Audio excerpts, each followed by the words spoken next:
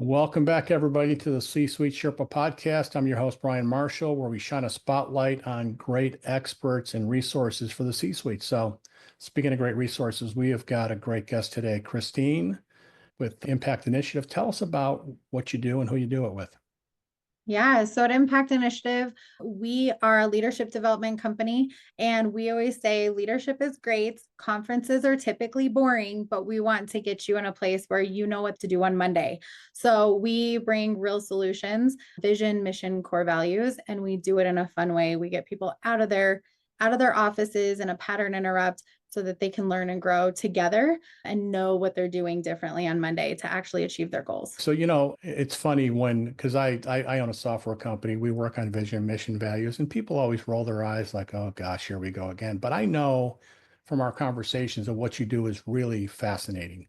So let's dive down a little deeper. So, you're working on issues around leadership.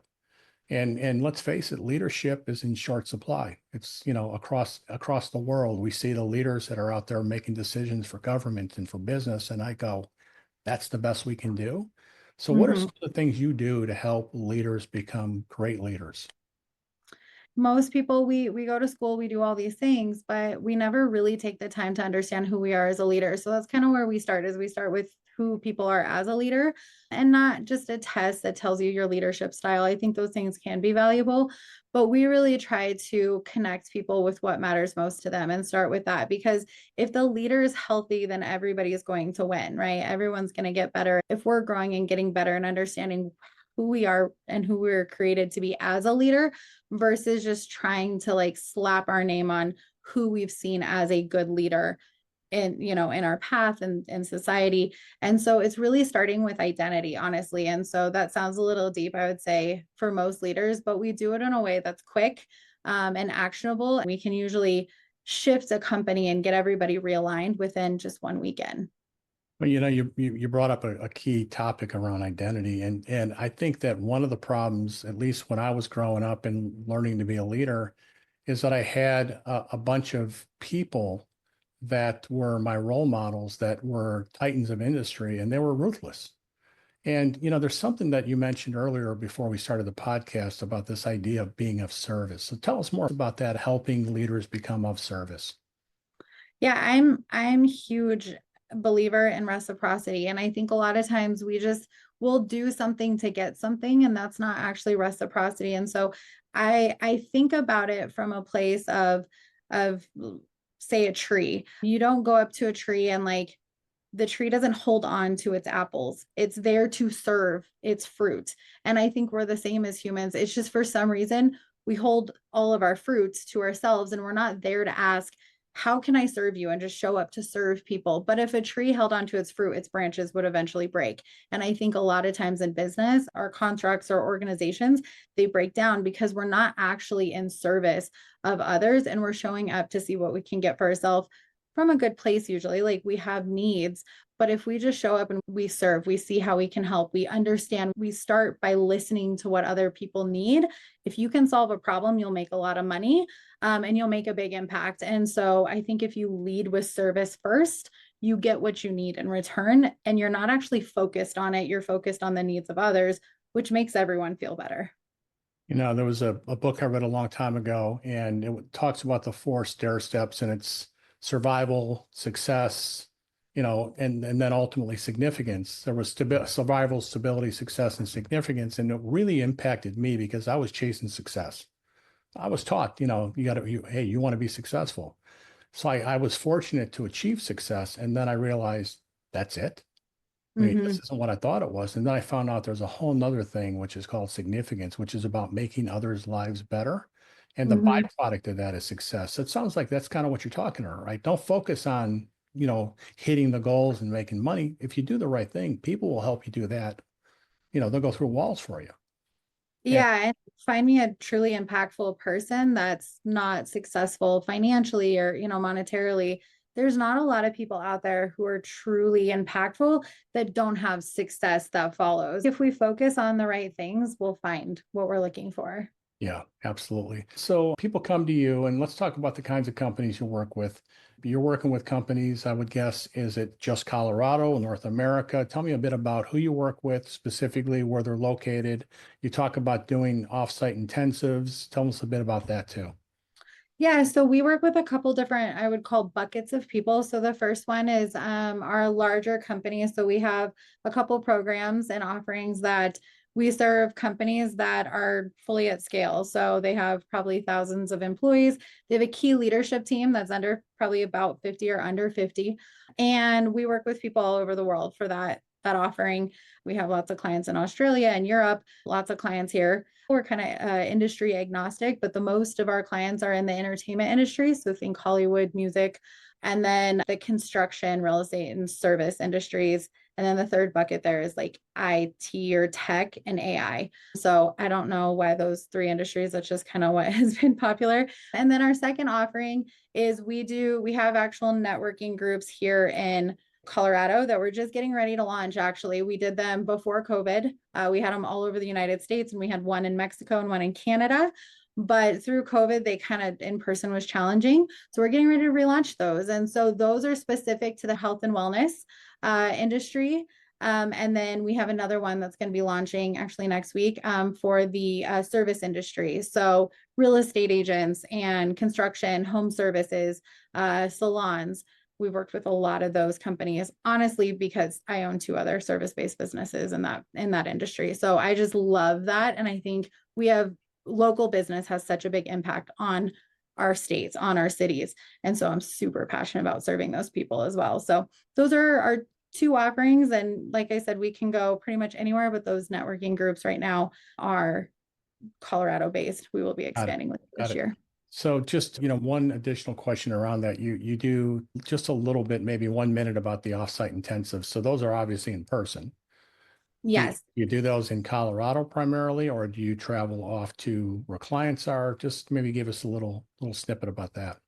Yeah, two really great locations here in Colorado. We have also one in Virginia and one in North Carolina. So we do have a couple of retreat facilities that we work with companies at if they want to truly get off site and stay. We have that full experience. We also just did one in Chicago for a company that was Chicago based, and we partnered with Soho House and had a really great experience there. So we can be flexible. Those are really designed around the company. And so we can make pretty much any vision happen. We have some great partners that can pull off some pretty amazing things. All right, great. So one last question, then we're going to pivot. What's the biggest challenge? And you and I talked a little bit about AI and everybody wants to eliminate employees, but what's the biggest challenge you're seeing in business that you are going to help people solve? I think one of the biggest challenges that we solve is just misalignment in companies, right? Like if we're not truly aligned and we don't have the right people in the right seats, then it's really hard to get our goals to happen naturally and work together. So we come in and we really help people understand who they are. And then we bring them together because I truly believe that we can do more together than we can apart. And so that I would say is the number one thing is just misalignment, wrong people in the wrong seats, and people are really uncomfortable because of it. And I love that because we're so focused on AI and productivity and cutting jobs there's a human side to this. And actually, I find the biggest competitive advantage that companies have are people. But we spend so little time helping people learn how to be cohesive, how to be high performing. We somehow think that AI is going to come in and solve all that. And, listen, I've been through a couple of iterations of technology, right? Robots in the 80s and 90s, the internet in the early 2000s, and now AI. All it does is make people more important. It changes the way we work together, but we're losing that ability to create relationships. I mean, I've got grandkids and they look at their phone and talk to their friends, and their friends are in the room. They're like Yeah. texting each other or sending messages on TikTok. I'm like, put the phones down, talk to each other. They're like, yeah, Papa, we don't do that. I'm like, Yeah. you need to do that. Human connection is really important, and our organizations are struggling because we don't have true human connection, and those connections are challenging to build right now because we have so many generations in our workforce too, right? We have the most generations we've ever seen in our workforce right now. uh, you know Good point. Yeah. No, it wasn't that way. People retired earlier, and the shift of leadership. I could talk about this all day. I'll say this one last thing. The shift of leadership, I think, is really different because we're talking about the wealth transfer from boomers to the next generations. But I'm more interested in understanding how we transfer wisdom. I think there's a large amount of wisdom from the boomers to the next generations.